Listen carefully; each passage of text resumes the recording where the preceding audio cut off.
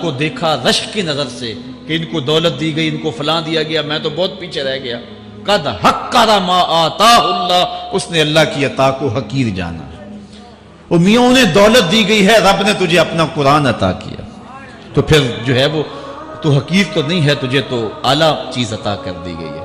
تو جس نے اللہ کی عظمت اور خالق کی عظمت کا اقرار کیا، پھر مخلوق اس کی نظر میں کوئی حیثیت نہیں رکھتی ہے. کن فی الفتنۃ کابن اللبون لا زہر فیرقب ولا درع فیحلب. جب فتنے دنیا پہ پھیل جائیں تو مولا کائنات نصیحت کرتے ہیں پھر زندگی کیسے گزارنا. یہ دور بھی فتنوں کا دور ہے. حضرت مولا کائنات فرماتے ہیں جب فتنے معاشرے میں پھیل جائیں تو پھر اونٹ کے 2 سالہ بچے کی طرح ہو جائے کہ اگر لوگ اس پہ سواری کرنا چاہیں تو وہ سواری کے قابل نہ ہو، اور لوگ اگر اس کا دودھ دونا چاہیں تو وہ دودھ نہ دے. یعنی وہ فتنے کو کسی طرح سے بھی تقویت نہ دے، اس طرح کا ہو جا جس طرح اونٹنی کا 2 سال کا بچہ ہوتا ہے. حضرت مولا کائنات فرماتے ہیں من حاسب نفسہ رابحا ومن غفل عنہا خاسرا ومن خاف آمنا ومن اعتبر ابصر ومن ابصر فہم ومن فہم عالم. فرماتے ہیں کہ جس نے اپنے نفس کا محاسبہ کیا اس نے نجات پا لی، اور جو اپنے نفس کے محاسبے سے غافل رہ گیا اس نے خسارے کا سودا کیا. جو اللہ سے ڈرا وہ امن پا گیا، اور جس نے زندگی سے عبرت حاصل کی اس کی آنکھوں میں روشنی آ گئی، بصیرت کا اسے نور مل گیا، اور جسے بصیرت کا نور مل گیا وہ فہم و فراست کی دولت سے مالا مال ہو گیا. ومن فہم عالم، اور جس کو فہم مل گیا وہی شخص عالم بن گیا. مختلف سیغے یاد کرنے سے عالم نہیں بنتا، فہم و فراست کا نور اگر مل جائے تو یہ ہے علم کا جمال. آخرت کی فکر رکھنے والا عالم ہے. بلکہ مولا کائنات فرماتے ہیں العلم علمان مطبوع و مسموع. علم 2 علم ہے، ایک وہ ہے جو من میں راسخ ہو اور ایک وہ ہے جو کانوں تک رہتا. فرماتے ہیں ولا ينفع المسموع اذا لم يكن المتبوع. جو سنا ہوا علم نفع نہیں دیتا جب تک وہ من میں اتر نہ جائے اور باطن کے اندر روشنی نہ کر دے. حضرت مولا کائنات کی ایک اور نصیحت ذرا غور سے سنیے. فرمایا تمہارے سامنے نیکوکار اور بدکار برابر نہ ہو، کہ نیک بھی جو ہے وہ اسی انداز میں ہو اور برا بھی، اس کا سلوک بھی تمہارا ایک جیسا ہی ہو. ایسا کرنے سے نیکوں کی ہمت پست ہو جائے گی اور خطاکار اور بھی شوخ ہو جائیں گے. ہر آدمی کو وہ مقام دینا چاہیے جس کا وہ اپنے عمل کے اعتبار سے مستحق ہے.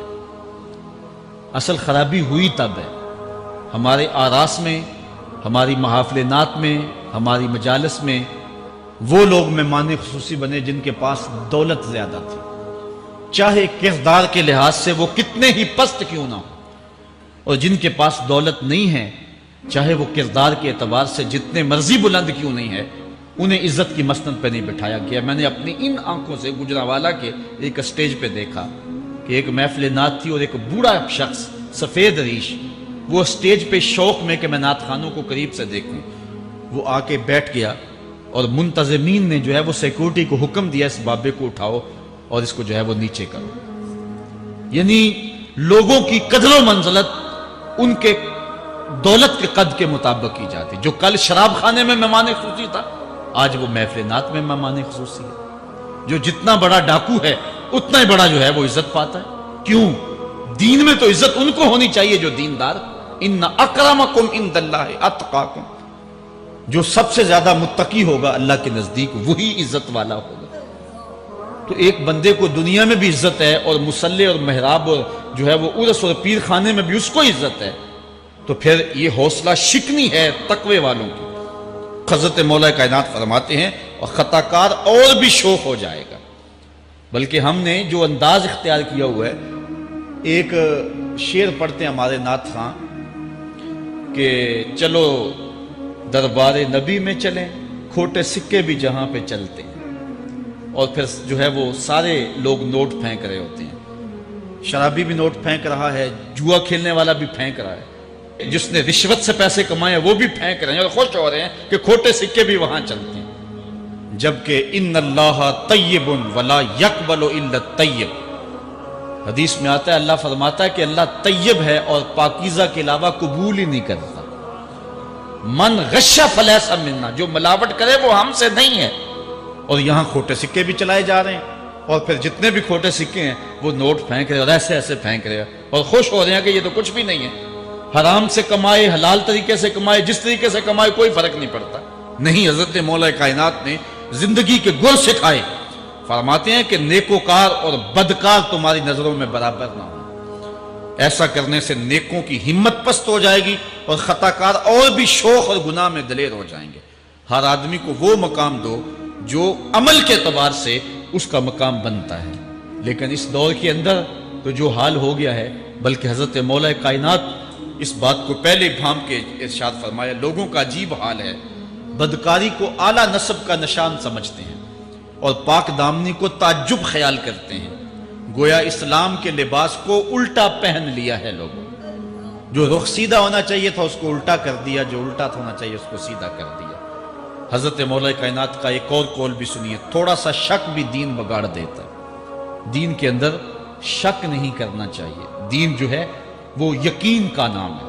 علامہ اقبال نے ایک بڑی خوبصورت اس وقت بات کہی تھی جب شکوک جنم لے رہے تھے کہ سن اے تہذیب حاضر کے غلام، غلامی سے بدتر ہے بے یقینی.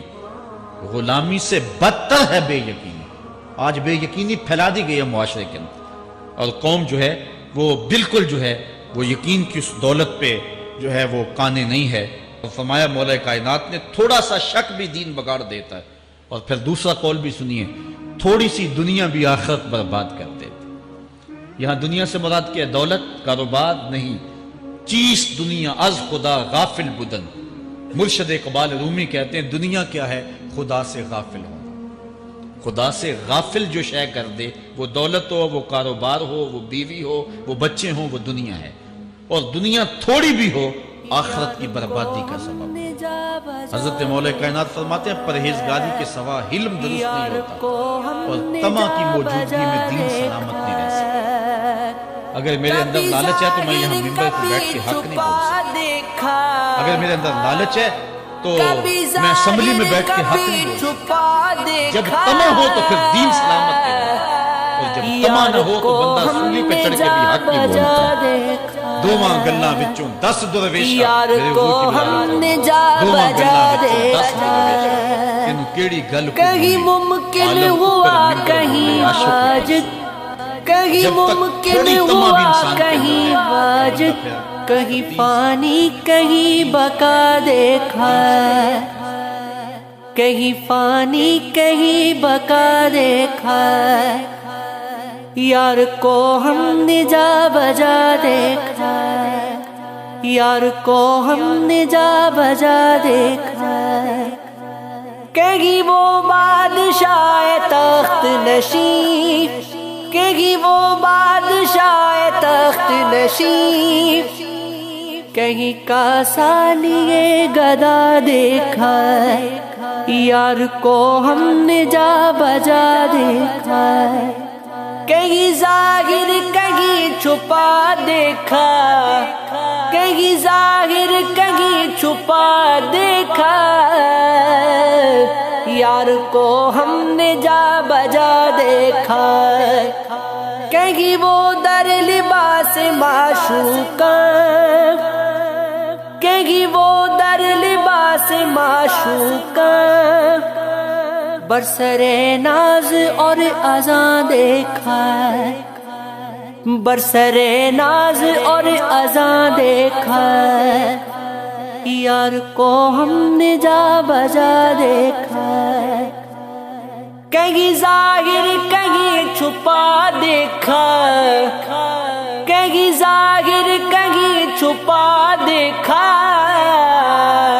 یار کو ہم نے جا بجا دیکھا.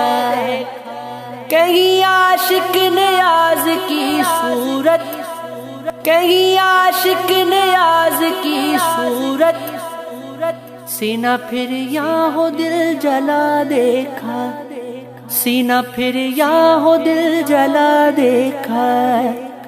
کبھی ظاہر کبھی چھپا دیکھا. یار کو ہم نے جا بجا دیکھا ہے۔ تم نے دیکھا ہے کبھی ایک نظر شام کے بعد، تم نے دیکھا ہے کبھی ایک نظر شام کے بعد، کتنے چپ چاپ سے لگتے ہیں شجر شام کے بعد، کتنے چپ چاپ سے لگتے ہیں شجر شام کے بعد، اتنے چپ چاپ کے رستے بھی رہیں گے لا علم، چھوڑ جائیں گے کسی روز نگر شام کے بعد۔ میں نے ایسے ہی گناہ تیری جدائی میں کیے، جیسے طوفان میں کوئی چھوڑ دے گھر شام کے بعد۔ شام سے پہلے وہ مست اپنی اڑانوں میں رہا، جس کے ہاتھوں میں تھے ٹوٹے ہوئے پر شام کے بعد۔ تو ہے سورج، تجھے معلوم کہاں رات کا دکھ، تو ہے سورج، تجھے معلوم کہاں رات کا دکھ، تو کسی روز میرے گھر میں اتر شام کے بعد، تو کسی روز میرے گھر میں اتر شام کے بعد۔ لوٹ آئے نہ کسی روز وہ آوارہ مزاج، لوٹ آئے نہ کسی روز وہ آوارہ مزاج، کھول رکھتے ہیں اسی آس پہ در شام کے بعد۔